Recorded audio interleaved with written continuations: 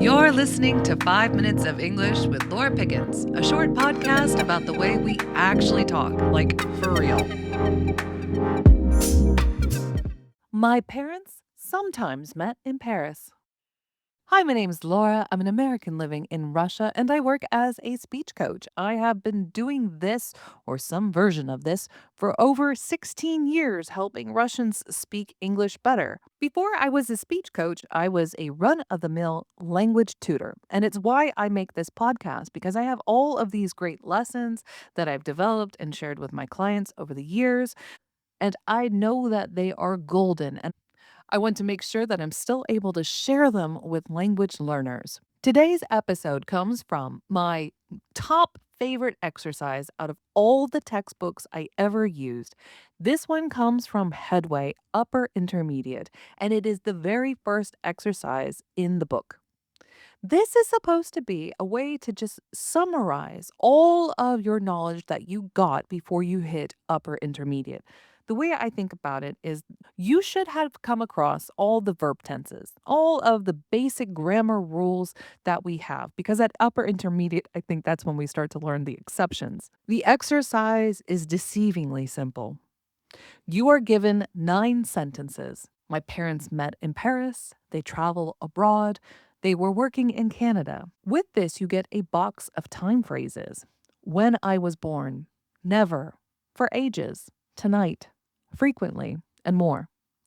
The question is, which time phrases can be used with which sentences? What gets interesting is that it's not a one for one. You're not going to say that this time phrase can only be used with this sentence. What I did for my clients is I created a grid. The 9 sentences on one side, the 15 time phrases on the other axis. And in the grid, you're supposed to put yes or no. Can you use this time phrase with this sentence? Or at least that's how the textbook wants you to do this exercise. However, I did it a bit weird. The question is, can you use a particular time phrase with a sentence is a question of, do the times match? For example, we have adverbs of frequency like sometimes and never. Generally can only be used with present simple or perhaps past simple. I always wash the dishes. When I lived at home, I always washed the dishes. The question I asked my clients is, could this sentence logically make sense in some strange scenario? The very first sentence, my parents met in Paris, is such a fun one because meet has 2 different meanings. It means to be introduced for the very first time, but it also means to come together, like hanging out. So in this sentence, you could easily say, my parents met in Paris in the 1980s. Easy. The book says this is correct. I argue that you could possibly even say, my parents recently met in Paris.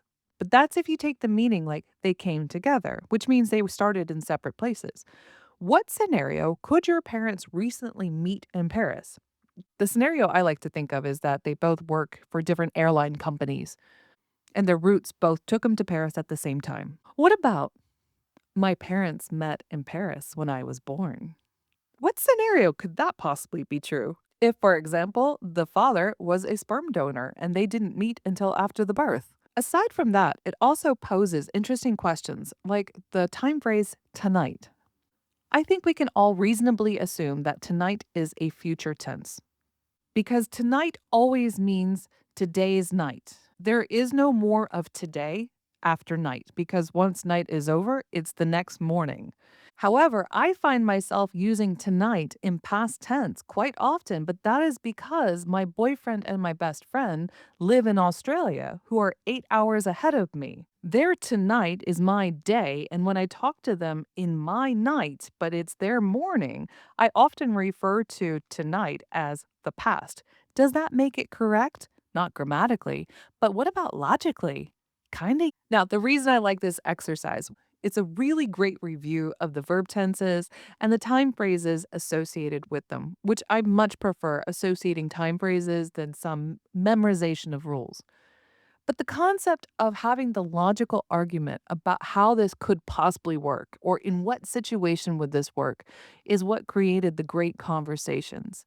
Do you really actually understand this language enough to bend and break it? It made for a lot more interesting lessons, and I think it made it easier for them to hold on to the information. If you are interested in seeing this exercise in its fullest and also want to have a chance to discuss it with me, you can come join me on my Telegram group called Speak Your English, where I give you the tools to not just speak English, but speak your personality in English.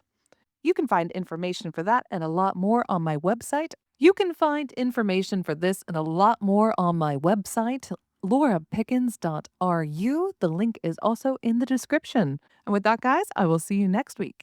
Goodbye.